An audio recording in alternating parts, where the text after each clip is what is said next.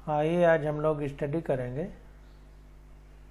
Collision हमने पढ़ा था, उसी के जो पार्ट हैं। कोलिजन दो प्रकार का होता है। कोलिजन का मतलब संघट यानी टक्कर। तो एक को प्रत्यास्थ कहते हैं और दूसरे को अप्रत्यास्थ कहते हैं, यानी इलास्टिक और इन इलास्टिक कोलिजन। इंग्लिश में देख लेते हैं, elastic and in elastic collision, यानी प्रत्यास्थ और अप्रत्यास्थ टक्कर। तो देखिए, सभी संघट्टों में निकाय का कुल रेखीय संवेग नियत रहता है, अर्थात निकाय का आरंभिक संवेग उसके अंतिम संवेग के बराबर होता है। तो ध्यान दीजिए, दो बातें थी।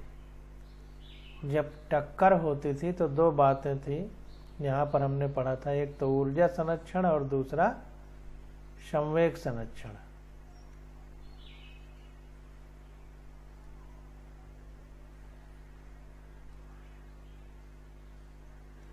तो ध्यान दीजिए, संवेग संरक्षण यानी कंजर्वेशन ऑफ मोमेंटम किसी भी कोलिजन यानी टक्कर के लिए लागू होगा।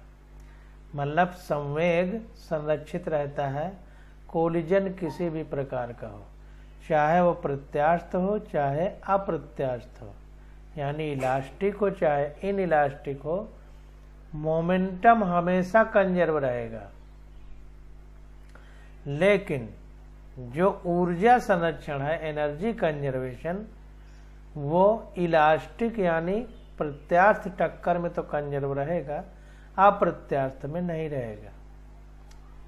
तो ये ध्यान देना है कि सभी संघट्टों में निकाय का कुल रेखीय संवेग नियत रहता है, अर्थात निकाय का आरंभिक संवेग उसके अंतिम संवेग के बराबर होता है। ध्यान दीजिए, रेखीय संवेग, कुल रेखीय संवेग नियत रहता है, लिनियर मोमेंटम, ना कि मोमेंटम कह रहा है।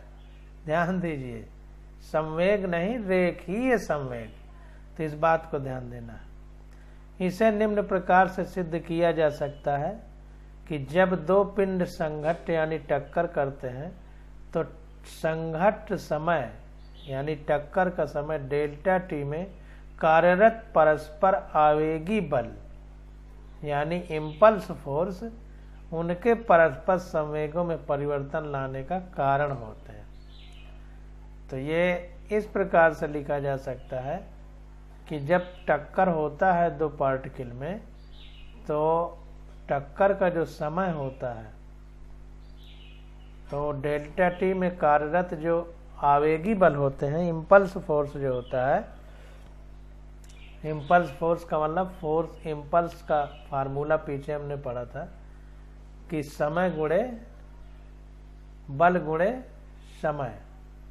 तो वही चीज है यहाँ पर कि जो आवेगी बल है उनके परस्पर संयोगों में परिवर्तन लाने का कारण होते हैं। आवेगी बल जो होते हैं, आवेगी बल यानी इम्पल्स जो है, यही चेंज इन मोमेंटम के लिए जिम्मेदार होता है।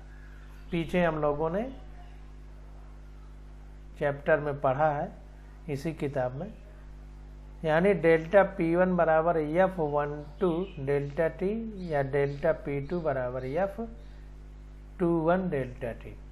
कहने का मतलब ये है कि अगर पहला पिंड दूसरे से टकरा रहा है तो पहले का संवेग डेल्टा P1, पहले संवेग में परिवर्तन, तो F12 डेल्टा टी है। 1 पहला है, मतलब पहला दूसरे से टकरा रहा है, इस तरह समझ सकते हैं। और डेल्टा P2 का मतलब जब दूसरा पहले पर फोर्स लगाता है, क्योंकि क्रिया प्रतिक्रिया के नियम से पहला पिंड दूसरे पे फोर्स लगाएगा तो दूसरा पहले पे, तो पहला दूसरे पे लगा रहा है उस समय, तो डेल्टा P1 समय परिवर्तन की दर बताइए।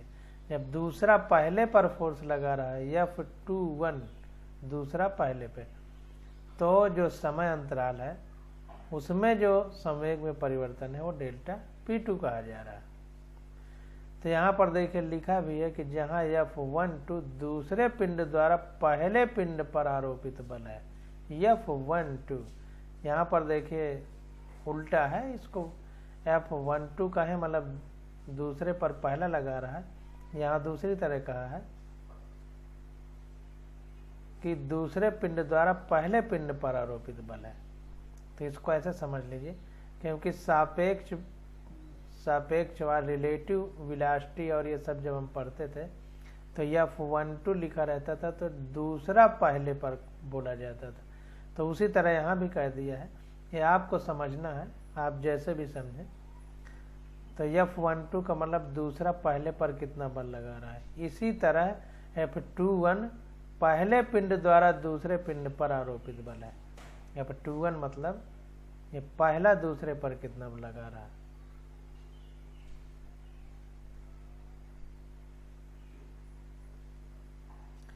अब देखिए न्यूटन के गति के तृतीय नियम से क्या होता है। न्यूटन का तीसरा नियम क्या है, क्रिया प्रतिक्रिया का नियम, यानी पहला दूसरे पर जितना बल लगाएगा दूसरा पहले पर उतना बल लगाएगा। तो जायज सी बात है कि एक बल पूरब को लगेगा तो दूसरा पश्चिम को। समझने के लिए कहने का मतलब ये है कि दोनों एक दूसरे के विपरीत दिशा में हो, तो एक पॉजिटिव होगा तो दूसरा निगेटिव होगा। तो F12 - F21 लिख सकते हैं, या माइनस इधर लगा सकते हैं, -F12 - F21 कह सकते हैं, प्लस F21 कह सकते हैं। मतलब दोनों में से एक माइनस करके बराबर होगा, क्योंकि दोनों की दिशाएं विपरीत हैं। तो कुल मिलाकर के जब ये इधर आएगा तो F12 + F21 बराबर 0 हो जाएगा। और इन्हीं बलों के कारण ही संवेग में परिवर्तन है। तो जब F12 बराबर -F21 है तो इधर आएगा तो प्लस में हो जाएगा, तो F12 + F21 बराबर 0 होगा। तो जाहिर सी बात है कि ये पूरा भी बराबर 0 होगा। तो जिस तरह इसको इधर ले आए हैं तो उसी तरह ΔP1 + ΔP2 बराबर 0 हो जाएगा। कहने का मतलब कि यदि बल संघट्ट समय ΔT के दौरान जटिल रूप से परिवर्तित हो रहे हों तो भी उपरोक्त परिणाम सत्य है। तो कहने का मतलब ये है कि जो ΔP1 + ΔP2 है ये 0 होगा। यानी ये कह सकते हैं कि पहले पिंड में के कारण जो संवेग परिवर्तन है और दूसरे पिंड के कारण जो संवेग परिवर्तन है उसका योग 0 होगा। आप देखिए कह रहा है कि चूंकि न्यूटन का तृतीय नियम प्रत्येक क्षण पर सत्य है, अतः पहले पिंड पर आरोपित कुल आवेग दूसरे पिंड पर आरोपित आवेग के बराबर परंतु विपरीत दिशा में होगा। तो विपरीत के कारण ही यहाँ पर माइनस साइन आया है, तो इसको ध्यान देना कि जैसे बल एक दूसरे पर लगेगा तो विपरीत दिशा में होगा, वैसे ही आवेग भी होगा।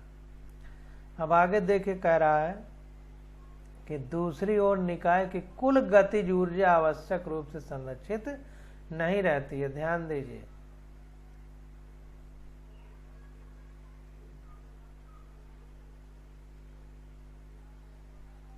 अब यहां भी देखिए ध्यान देना, कह रहा है दूसरी ओर निकाय की कुल गतिज ऊर्जा आवश्यक रूप से संरक्षित नहीं रहती। पीछे हमने पढ़ा कि जब दो टक्कर होती है तो जो रेखीय संवेग है लीनियर मोमेंटम, ध्यान दीजिए लीनियर मोमेंटम जो है वो ऑलवेज कंजर्व रहता है, लेकिन सिस्टम की टोटल गतिज ऊर्जा, ध्यान दीजिए ऊर्जा नहीं कह रहा है, गतिज ऊर्जा काइनेटिक एनर्जी आवश्यक रूप से संरक्षित नहीं रहती है। तो ध्यान दीजिए कि कोई टक्कर होती है तो लीनियर मोमेंटम ऑलवेज कंजर्व रहेगा, लेकिन काइनेटिक एनर्जी ऑलवेज कंजर्व रह भी सकती है, नहीं भी रह सकती है, दोनों बातें। तो वही कह रहा है कि दूसरी ओर निकाय की कुल गतिज ऊर्जा आवश्यक रूप से संरक्षित नहीं रहती है, मतलब आवश्यक नहीं कि गतिज ऊर्जा संरक्षित रहे। संघट्ट के दौरान टक्कर और विकृति ऊष्मा और ध्वनि उत्पन्न करते हैं। आरंभिक गतिज ऊर्जा का कुछ अंश ऊर्जा के रूप में रूपांतरित हो जाता है। तो ध्यान दीजिए कि जब टक्कर होती है तो टक्कर के समय हो सकता है वस्तु का आकार बदल जाए यानी विकृति हो जाए, और टक्कर के समय फ्रिक्शन के कारण गर्माहट उत्पन्न होगी यानी ऊष्मा, और टकराएंगे तो आवाज होती है तो ध्वनि उत्पन्न होगी। ये सब ऊर्जा के रूप है। तो जो गतिज ऊर्जा होगी उसी से ये सब परिवर्तन होंगे। तो जाहिर सी बात है कि गतिज ऊर्जा संरक्षित नहीं रहेगी। यदि उपरोक्त दोनों द्रव्यमानों को जोड़ने वाली स्प्रिंग बिना किसी ऊर्जा क्षति के अपनी मूल आकृति प्राप्त कर लेती है तो पिंडों की आरंभिक गतिज ऊर्जा उनकी अंतिम गतिज ऊर्जा के बराबर होगी, परंतु संघट्ट काल डेल्टा टी के दौरान अचर नहीं रहती। तो ध्यान दीजिए, ये कह रहा है कि यदि दो द्रव्यमानों को जोड़ने वाली कोई स्प्रिंग है, एक इधर कोई गेंद रखी है एक इधर, और स्प्रिंग से जोड़ दिया जाए, तो वो कंडीशन कह रहा है कि अगर दोनों द्रव्यमानों को जोड़ने वाली कोई स्प्रिंग है और बिना किसी एनर्जी लॉस के दबाने के बाद छोड़ने पर पुनः अपनी आकृति प्राप्त कर लेती है, तो ये कह रहा है कि गतिज ऊर्जा उनकी अंतिम गतिज ऊर्जा के बराबर होगी, परंतु संघट्ट काल डेल्टा टी के दौरान अचर नहीं रहती।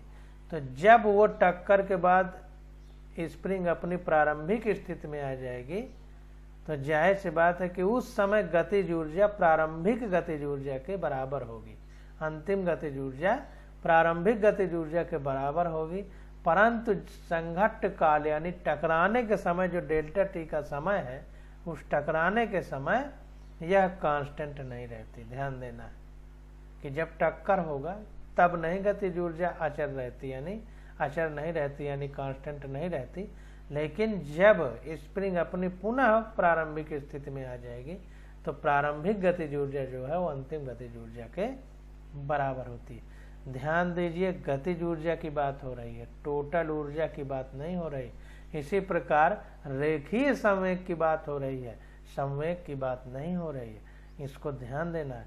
तो इस प्रकार के संघट्ट को प्रत्यास्थ संघट्ट कहते हैं।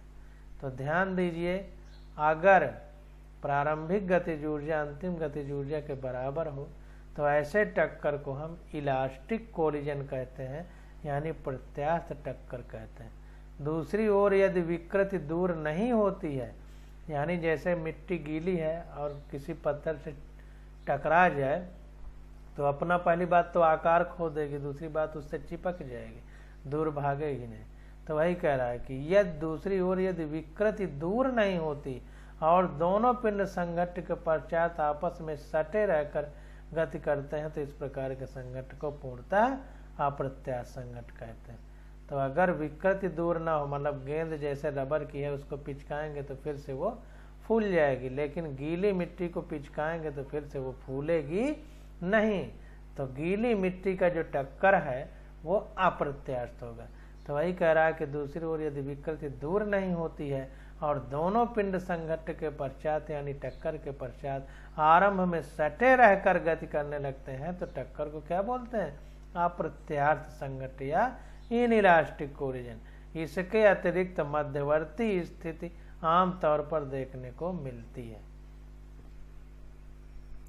इसके अतिरिक्त मध्यवर्ती स्थिति आमतौर पर देखने को मिलती है, मतलब प्रत्यास्थ और अप्रत्यास्थ टक्कर के बीच वाली स्थिति। जब विकृति आंशिक रूप से कम हो जाती है और आरंभिक गतिज ऊर्जा की आंशिक रूप से क्षति हो जाती है तो इसे समुचित रूप से अप्रत्यास्थ संघट्ट कहते हैं। तो कहने का मतलब ये है कि ज्यादातर प्रत्यास्थ संघट्ट देखने को नहीं मिलता है और प्रत्यास्थ संघट्ट अप्रत्यास्थ संघट्ट दोनों के बीच की स्थिति देखने को मिलती है, यानी पूरी तरह से विकृति नहीं होती, आंशिक विकृति होती है और प्रारंभिक जो गतिज ऊर्जा उसमें आंशिक क्षति होती है। तो जाहिर सी बात है कि समुचित रूप से अगर हम देखें तो टक्कर क्या होगा? अप्रत्यास्थ यानी इनइलास्टिक कोलिजन होगा। तो ये बहुत इंपॉर्टेंट है, इसको ध्यान देना है। तो अब इसका समरी अगर हम देखें तो समरी निकल के ये आ रहा है कि किसी भी टक्कर में जो रेखीय संवेग है, लिनियर मोमेंटम है, वो ऑलवेज कंजर्व रहता है, लेकिन काइनेटिक एनर्जी ऑलवेज कंजर्व नहीं रहती है।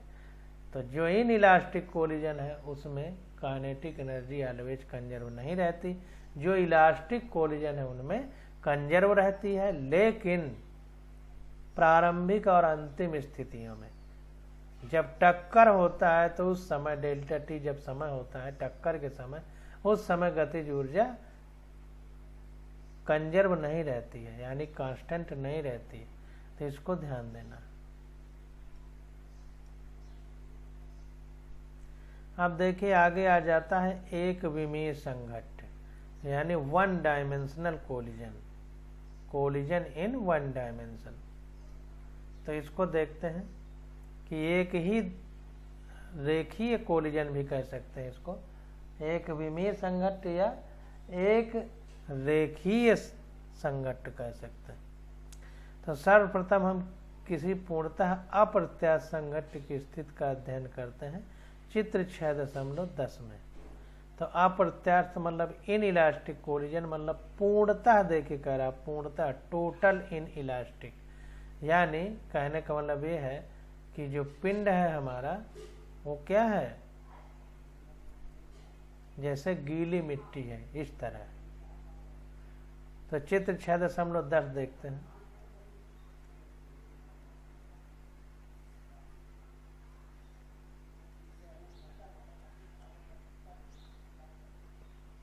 तो इसको देखने से पहले क्या करते हैं, इसको पढ़ लिया जाए, नहीं तो छूट जाएगा। सीधे संघट्ट पर एक प्रयोग, मतलब डायरेक्ट कोलिजन हो रहा है।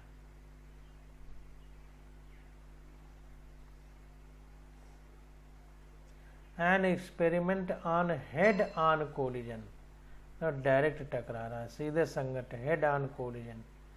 तो इसका एग्जाम्पल मतलब इसका एक प्रयोग किया गया है, तो इसको समझ लेते हैं कि कोई गेंद है उससे डायरेक्ट टकरा जा रही है बिना किसी एंगल के सीधा मतलब।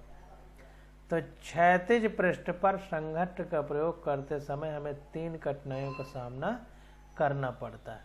तो कोई हॉरिजॉन्टल प्लेन है, जैसे मेज है, यहाँ पर अगर कोई कोलिजन हो रहा है, टक्कर हो रहा है, तो 3 कठिनाइयों का सामना करना पड़ेगा।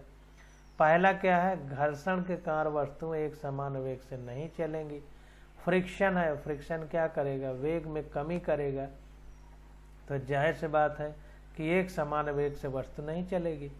दूसरा, यदि विभिन्न नामाप की 2 वस्तुएं मेज पर संघट्ट करती हैं तो उन्हें सीधे संघट्ट के लिए व्यवस्थित करना कठिन है। अब जाहिर सी बात है कि सीधे संघट्ट कराना है हेड ऑन कोलिजन बिना किसी एंगल के सरल रेखा में, तो उसके लिए व्यवस्था कर पाना बड़ा मुश्किल है जब तक कि उनके द्रव्यमान केंद्र पृष्ठ के एक ही ऊंचाई पर न हो। तो अगर एक ही ऊंचाई पर द्रव्यमान केंद्र नहीं होंगे तो सीधे संघट्ट यानी हेड ऑन कोलिजन करा पाना बड़ा मुश्किल होगा। तीसरा क्या कठिनाई है, संघट्ट से ठीक पहले तथा संघट्ट के ठीक बाद में दोनों वस्तुओं के वेग को मापना अत्यंत कठिन होगा। तो 3 कठिनाइयाँ होंगी। सबसे पहले एक समान वेग को 3 कठिनाइयाँ होंगी। 3 कठिनाइयों में एक समान वेग से नहीं चलेंगी। दूसरी कठिनाई, सीधे संघट्ट के लिए व्यवस्थित करना कठिन है। तीसरा कठिनाई, वेग को मापना अत्यंत कठिन है। 3 कठिनाइयाँ हैं। इस प्रयोग को ऊर्ध्वाधर दिशा यानी परपेंडिकुलर यानी 90 डिग्री के कोण पर, सीधा ऊपर मेज से 90 डिग्री, तो इस प्रयोग को ऊर्ध्वाधर दिशा में करने से ये कठिनाइयाँ समाप्त हो जाती हैं। अगर हम 90 डिग्री के कोण पर करें, ऊर्ध्वाधर का मतलब परपेंडिकुलर, जैसे खूंटा गाड़ दिया जाता है तो खूंटा पृथ्वी से 90 डिग्री के कोण पर अगर सीधा गाड़ा जाए तो इसे ऊर्ध्वाधर कहेंगे। 2 गेंदें लीजिए जिनमें से एक भारी बास्केटबॉल, फुटबॉल या वॉलीबॉल तथा दूसरी हल्की टेनिस बॉल रबड़ की गेंद या टेबल टेनिस बॉल। तो एक भारी बॉल लेना है जैसे फुटबॉल, और दूसरी छोटी लेना है जैसे टेनिस वाली गेंद। तो सबसे पहले केवल भारी गेंद लेकर लगभग 1 मीटर ऊंचाई से ऊर्ध्वाधर दिशा में गिराएं। तो पहले हमको भारी वाली गेंद लेना है और 1 मीटर ऊंचाई से ऊर्ध्वाधर गिराना है। नोट कीजिए यह कितनी ऊपर उठती है, इससे उच्छलन यानी बाउंस से ठीक पहले या ठीक बाद में फर्श या धरती के निकट वेग ज्ञात हो जाएगा। अब देखिए क्या करेंगे कि जब इसको उछालेंगे बड़ी वाली गेंद को, तो धरती के निकट इसका वेग ज्ञात करना है। तो जब हमने इसको उछाला तो बाउंस के समय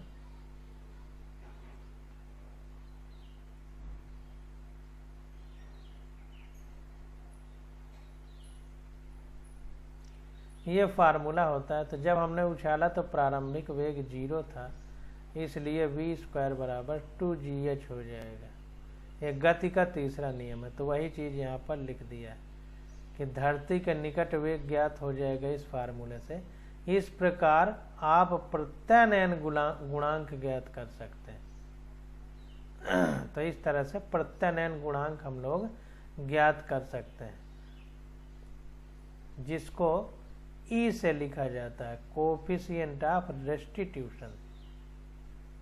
कोफिशिएंट ऑफ रेस्टिट्यूशन। अब देखिए रेस्टिट्यूशन शब्द रेस्ट से बना है, यानी एक गतिमान है और अब स्थिर होगी आगे। तो जो गुणांक है उसी को कोफिशिएंट ऑफ रेस्टिट्यूशन या प्रत्यानयन गुणांक, यानी गतिमान है तो उसके रुकने में जो गुणांक काम करेगा उसकी बात करते हैं। ई होता है इसकी वैल्यू, अभी पीछे पढ़ेंगे इसी में। अब एक बड़ी गेंद तथा एक छोटी गेंद अपने हाथों में इस प्रकार पकड़िए कि भारी गेंद नीचे तथा हल्की गेंद उसके ऊपर रहे, जैसा कि चित्र में दिखाया गया है। भारी गेंद को अब नीचे रखना है और हल्की गेंद को ऊपर रखना है। दोनों को एक साथ गिराइए। अब दोनों को एक साथ गिराना है जैसा चित्र में दिखा रहा है। यह ध्यान रखिए कि गिरते समय दोनों साथ साथ रहें। गिरते समय दोनों साथ साथ रहेंगे। और देखिए क्या होता है। आप देखेंगे कि भारी गेंद पहले की अपेक्षा जब वो अकेले गिराई गई थी कम ऊंचाई तक उठती है, जबकि हल्की गेंद लगभग 3 मीटर ऊंचा उठती है। अभ्यास के साथ आप गेंद को साथ साथ रख पाएंगे तथा हल्की गेंद को इधर उधर जाने के बजाय सीधा ऊपर उठा पाएंगे। यह सीधा संघट्ट। तो कह रहा है कि जब हम अकेले इस गेंद को फेंकते थे तो कम ऊंचाई तक जाएगी, और जब दोनों को सीधा जमीन पर गिराते हैं तो कह रहा है कि दोनों को एक साथ जब गिराएंगे तो कह रहा है ध्यान दीजिए कि गिरते समय दोनों साथ साथ रहें और देखिए क्या होता है। तो कह रहा है आप देखेंगे कि भारी गेंद पहले की अपेक्षा जब वो अकेले गिराई गई थी कम ऊंचाई तक उठती है, जबकि हल्की गेंद 3 मीटर ऊंचाई तक उठती है। मतलब भारी वाली गेंद कम ऊंचाई तक उठेगी, हल्की वाली बहुत ऊंचाई तक 3 मीटर तक लगभग उठ जाती है। अभ्यास के साथ आप गेंद को साथ साथ रख पाएंगे तथा हल्की गेंद को इधर उधर आने जाने देने के बजाय सीधा ऊपर उठा पाएंगे। यह सीधा संघट्ट। तो कह रहा अगर बार बार अभ्यास करेंगे, प्रैक्टिकल करेंगे तो इधर उधर गेंद नहीं भागेगी, सीधा टक्कर ऊपर की ओर होगा। आप गेंदों के सर्वोत्तम संयोजन की जांच कर सकते हैं जो आपको सर्वोत्तम प्रभाव दे, यानी किस प्रकार से अच्छे से इनको आपस में रखा जा सकता है ताकि ऊपर से नीचे एक साथ गिराया जा सके। द्रव्यमानों को आप किसी मानक तुला पर माप सकते हैं। गेंदों के आरंभिक तथा अंतिम वेगों को ज्ञात करने की विधि को आप स्वयं सोच सकते हैं। तो गेंदों के आरंभिक तथा अंतिम वेग यानी इनिशियल और फाइनल वेलोसिटी को हम खुद ही ज्ञात कर सकते हैं या सोच सकते हैं ज्ञात करने की विधि को। तो ये हमने पढ़ लिया। अब इसको पढ़ते हैं, नहीं ये बीच में छूट जाता। तो एक विमीय संघट्ट में फिगर 6.10 देखना है। ये जो है अब देखिए इस फिगर की बात होगी। तो θ1 बराबर θ2 बराबर 0। अगर एक विमीय संघट्ट है एक सरल रेखा में, तो ध्यान दीजिए जब ये टकरा रहा है तो ये डॉट डॉट जो लाइन बनाई गई है, ये जो रेखा है इसकी सीध में नहीं है, देखिए थोड़ा सा हट के है, थोड़ा सा इससे हट के है। तो ये थोड़ा सा हट के, इसी कारण से ये m2 इधर को भागा है, m1 इधर को भागा है, और θ1 और θ2 कोण बने हैं। m1 जो कोण बना रहा है इस x अक्ष से, उसे थीटा कहा गया। m2 जो कोण बना रहा है इस x अक्ष से, उसे θ2 कहा गया।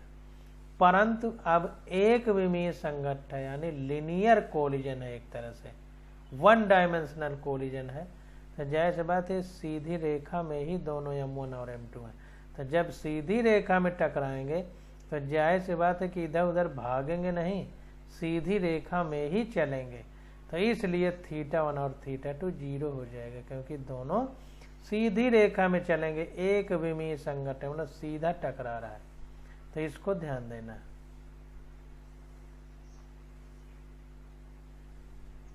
आप देखिए अब संवेग संरक्षण के नियम से, अब संवेग संरक्षण के नियम से क्या होगा कि m1 v1i मतलब प्रारंभिक वेग है,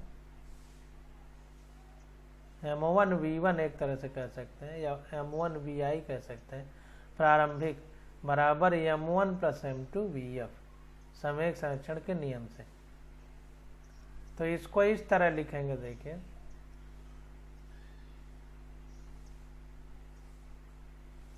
m1 vi plus m2 vi बराबर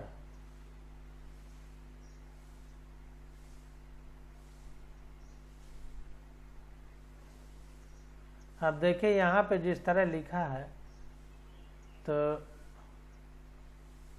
ये माना गया है कि जब टक्कर हो जाएगी तो टक्कर के बाद दोनों एक ही वेग से चलेंगे। तो m1 vf फाइनल वेग प्लस m2 vf, ठीक ना, अंतिम वेग, दोनों एक समान अंतिम वेग से चलेंगे।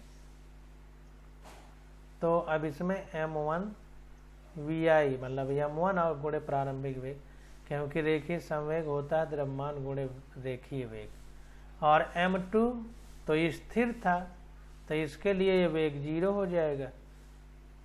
तो m1 vi बराबर हो जाएगा, अब यहाँ पर m1 m2 कामन हो, vf कामन हो जाएगा, तो m1 प्लस m2 और ब्रैकेट के बाहर vf हो जाएगा, और यहाँ पर ये 0 हो गया तो ये पूरा 0 हो गया। तो यही देखिए चीज़ डायरेक्ट लिख दिया है, m1 vi initial equal to m1 plus m2 bracket के बाहर vf। तो अगर vf हम कॉमन लेंगे, इधर लेंगे तो ये इधर आ जाएगा, m1 v1i अपान m1 प्लस m2 vf हो जाएगा। ये v1i है, मतलब पहली गेंद के लिए या पहले पिंड के लिए वेग है, v1i है, ये v1i लिखा है, पहले पिंड का प्रारंभिक वेग। तो इस प्रकार से इसको लिखा गया है। अब संघट्ट में गतिज ऊर्जा की क्षति, आप देखिए अभी हमने संवेग संरक्षण निकाला, तो संवेग तो संरक्षित रहता है, चाहे कोई पिंड टकराए, कोलिजन चाहे प्रत्यास्थ हो चाहे अप्रत्यास्थ, हमेशा संवेग संरक्षित रहता है। लेकिन गतिज ऊर्जा हमेशा संरक्षित नहीं रहती है, तो इसको ध्यान देना है। तो कह रहा है संघट्ट में गतिज ऊर्जा की क्षति। अब कितनी गतिज ऊर्जा की क्षति होगी उसके बारे में देखते हैं। तो यहाँ पर देखें डेल्टा के का मतलब गतिज ऊर्जा में परिवर्तन। तो प्रारंभिक गतिज ऊर्जा माइनस अंतिम गतिज ऊर्जा। तो प्रारंभ में एक ही पहला पिंड ही गतिमान है, दूसरा स्थिर है, तो उसकी गतिज ऊर्जा 0 हो जाएगी। तो दोनों को जोड़ेंगे तो दूसरी 0 रहेगी, जैसा अभी हमने करके दिखाया। तो पहले की 1/2 m1 v1 i² minus half, अब दोनों की एक साथ गतिज ऊर्जा m1 plus m2 vf square हो जाएगा। तो ये आ गया half m1 v1 i square minus half. अब इसको जो है अगर सिंपल करेंगे समीकरण 6.23 के द्वारा, तो यहाँ पर vf की वैल्यू उठा करके रख दी गई है। यहाँ पर ये पूरी वैल्यू यहाँ उठा कर रख देंगे और फिर इसको वो करेंगे तो ये आ जाएगा हाफ m1 स्क्वायर, ये स्क्वायर हो जाएगा अपान m1 प्लस m2, ये v1 i स्क्वायर हो जाएगा। यहाँ से vf की वैल्यू उठा करके रख दिया है यहाँ पर। तो ये हमारा सॉल्व करने पे आ गया half m1 m2 upon m1 plus m2 v1 i का स्क्वायर, ये आ जाएगा। तो कुल मिला करके ये जो आ गया, जैसे हाफ mv स्क्वायर हम लोग गतिज ऊर्जा लिखते थे, तो गतिज ऊर्जा में परिवर्तन हाफ m1 m2 अपान m1 प्लस m2 का, वैसे m की जगह ये रख देंगे और v1 i का स्क्वायर हो जाएगा। तो इस प्रकार से हम लोग गतिज ऊर्जा में क्षति भी निकाल सकते हैं कि डेल्टा के कितना होगा, जो कि अपेक्षा अनुसार एक धनात्मक राशि है। यहाँ पर देखिए पॉजिटिव आया। तो अब देखते हैं आगे। तो यहाँ पर देखिए, आइए अब प्रत्यास्थ संघट्ट की स्थिति का अध्ययन करते हैं। उपरोक्त नामावली के प्रयोग के साथ θ1 बराबर θ2 बराबर 0 लेने पर रेखीय समय एवं गतिज ऊर्जा के संरक्षण के समीकरण निम्न है। अब देखिए, अगर हम θ1 और θ2 0 लेते हैं, यानी रेखीय टक्कर की बात हो रही है, एक विमीय टक्कर की बात हो रही है, तो इसमें क्या होगा, m1 v1 i बराबर m1 v1 f plus m2 v2 f हो जाएगा। अगर दोनों यहाँ पर देखिए अलग अलग वेग से चले, यहाँ पर v1f v2f माना है, इसके ऊपर क्या था कि दोनों का वेग फाइनल वेलोसिटी बराबर मानी गई थी, तो एक कॉमन हो गया था। यहाँ पर देखिए वेग को अलग अलग माना है, ये v1f है, ये v2f है अंतिम वेग। तो टकराएंगे और टक्कर के पहले एक गतिमान है, दूसरा स्थिर है, तो इसलिए यहाँ पर m2 v2 i नहीं लिखा गया है प्लस में, क्योंकि वो 0 होगा। अब देखें, m1 v1 i स्क्वायर बराबर m1 v1 f square plus m2 v2 f square. यहाँ पर देखिए संवेग है, यहाँ पर गतिज ऊर्जा है, दोनों तरफ हाफ हाफ रहेगा तो कट गया है हाफ हाफ, हाफ इधर लिखेंगे फिर हाफ इधर तो कॉमन हो जाएगा हाफ, और इधर भी हाफ कॉमन होगा तो कट जाएगा। तो इसने गतिज ऊर्जा को डायरेक्ट इस प्रकार से लिख दिया। अब समीकरण 6.24 और समीकरण 6.25, मतलब ये वाला समीकरण और ये वाले समीकरण से हम क्या प्राप्त करेंगे, तो m1 v1 i, तो इस समीकरण को और इस समीकरण को जब हम आपस में मिलाएंगे तो ये कंडीशन बन जाएगी, m1 v1 i ब्रैकेट में v2f माइनस v1 i हो जाएगा। इधर हो जाएगा m1 v1 f, ये इनिशियल है या फाइनल है, ये v2f माइनस v1 f हो जाएगा।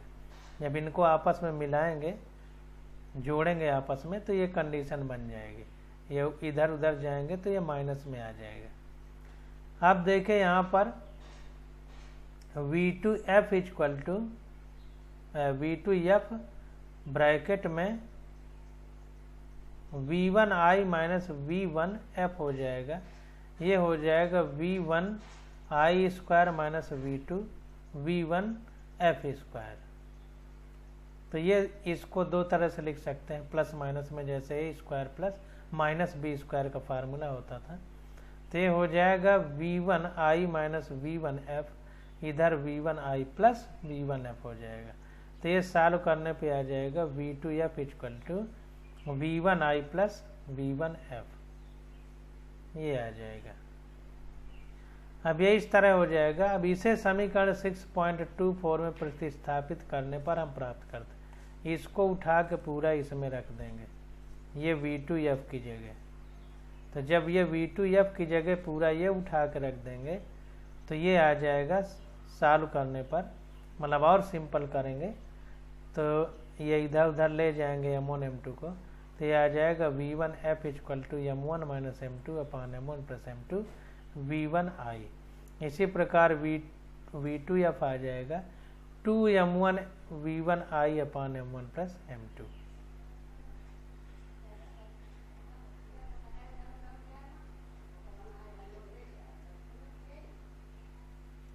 ये हो गया। तो इस प्रकार अज्ञात राशियां V1F V2F ज्ञात राशियों M1 M2 V1I के पदों में प्राप्त हो गई हैं। अतः अब उपरोक्त विश्लेषण से विशेष दशाओं में रुचिकर निष्कर्ष प्राप्त कर सकते हैं या प्राप्त करते हैं। तो कुल मिलाकर के V1F और V2F ये जो राशियां इधर दी गई हैं तो हमें पता है, द्रव्यमान पता है, प्रारंभिक वेग पता है और अंतिम वेग की बात हो रही है पहली वाली वस्तु के, पहले वाले M1 द्रव्यमान की और ये M2 द्रव्यमान की। तो ये हम निकाल सकते हैं इन फार्मूला। कैसे आया इस पर विशेष ध्यान न देके फार्मूला याद करना, इसलिए हमने यहाँ पर ज़्यादा बारीकी से आपको नहीं बताया, बस बता दिया है कि यहाँ इसको रखा गया है। तो ये आ गया। अब दशा 1 क्या हो सकती है? पहली कंडीशन में क्या हो सकती है कि दोनों द्रव्यमान समान हो, टकराने वाले, यानी M1 = M2 हो और पहली वस्तु स्थिर हो। जब दोनों द्रव्यमान समान होंगे तब क्या होगा, V1F मतलब टक्कर के बाद अगर दोनों द्रव्यमान समान है तो पहली वस्तु, अगर दूसरी वस्तु स्थिर है, पहली वस्तु उससे टकरा रही है तो पहली स्थिर हो जाएगी। देखिए V1F = 0 हो गया, मतलब पहली का अंतिम वेग 0 हो गया और V2F = V1I हो गया और दूसरी वस्तु पहले की जो प्रारंभिक गति है, पहली तो स्थिर हो गई तो दूसरी जो पहले की प्रारंभिक गति है उसे दूसरी वस्तु प्राप्त कर लेगी। तो देखिए रुकी वाली V1I हो गया उसका वेग, दूसरी वाली का अंतिम वेग V2F मतलब फाइनल। तो पहली वाली वस्तु अगर दूसरे से टकरा रही है, दूसरी स्थिर है, तो पहली जो गति से टकरा रही है पहली स्थिर हो जाएगी, यानी पहली का अंतिम वेग 0 हो जाएगा और दूसरी जो स्थिर थी तो उसका प्रारंभिक वेग 0 था, दूसरी वाली का, उसका अंतिम वेग प्रारंभिक वाली का पहले वाला वेग प्राप्त कर लेगी। एकदम उल्टा हो जाएगा, पहले गतिमान है तो दूसरी स्थिर है, बाद में क्या होगा, दूसरी गतिमान हो जाएगी, पहली स्थिर हो जाएगी और गतिमान भी उसी वेग से होगी कि जो पहले की गति है वो अब दूसरी उस गति को ले लेगी और पहले को रोक देगी। एकदम उल्टा हो जाएगा, पहले वाले का दूसरे में ट्रांसफर एक तरह से।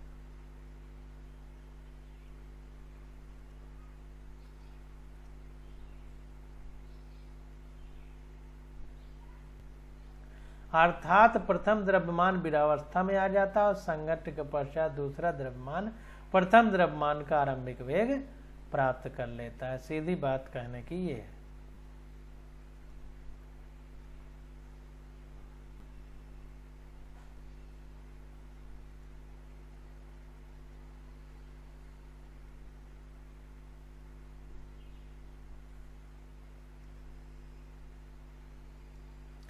अब दशा सेकंड, अब दूसरी कंडीशन में क्या है, यदि एक पिंड का द्रव्यमान दूसरे पिंड के द्रव्यमान से बहुत अधिक है, अर्थात M2 > M1, तब क्या होगा, तब जो है जो पहली है वो दूसरे को ढकेल तो पाएगी नहीं, तो उल्टा लौटेगी। तो V1F लगभग बराबर होगा -V1I के। तो क्या होगा कि पहली वाली वापस लौटेगी, क्योंकि पहली वाली अब उसको हटा तो पाएगी नहीं क्योंकि दूसरा बहुत बड़ा है, तो उल्टा जिधर से आई थी उसी दिशा में फिर लौटेगी, यानी V1F लगभग बराबर होगा -V1I के। मतलब प्रारंभिक वेग जो है वो अब विपरीत दिशा में हो गया, उल्टी लौटी, इसलिए माइनस लगा दिया गया और लगभग बराबर होगा कि यही प्रारंभिक वेग के बराबर अंतिम वेग हो, लगभग देखिए है।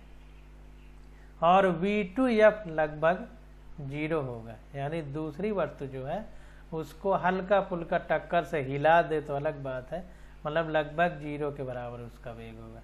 तो भारी द्रव्यमान स्थिर रहता है, जबकि हल्के द्रव्यमान का वेग उत्क्रमित हो जाता है, यानी उल्टा हो जाता है, यानी जिधर को गति थी उसके विपरीत दिशा में गति होती है। तो इस प्रकार से हम लोग संघट्ट के बारे में आज पढ़ लिए, और अब आगे क्वेश्चन आ जाता है, इसकी स्टडी हम लोग अगले लेक्चर में करेंगे, और आज बस यहीं तक।